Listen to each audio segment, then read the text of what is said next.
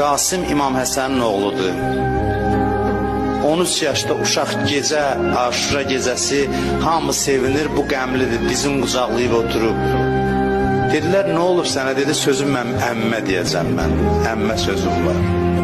Gəldi, oturdu İmam Hüseynin yanında, dizlərini qucaqladı. İmam deyir, gördü ki, söz demək istəyir, ədəb imkan vermir. Baxdı ona, dedi ki, ay mənim qardaşımın balası, nəsə sözüm var deyəsən. Dedi ki, əmi siz dedi, sabah hamı şəhid olacaq, mən narahatam, görəsən mənə də qismət olacaq ya yox. İmam soruşdu, keyfəl mavtə indək, ölmə münasibətin necədir? Dərhal dedi, əhla minəl əsəl, şəhadət, şəhidlik mənim üçün baldan da şirindir. Qorxuram mənim əlimdən çıxar bu neymət. İmam ağladı, dedi, ağır bir dərdə düçar olandan sonra sən şəhid olacaqsan. Səhərsi gün gəldi, İmam Hüseyndən icazə istəyir. Bilmirəm niyə görə tarixdə bu qəribə bir haldır. İmam Hüseyin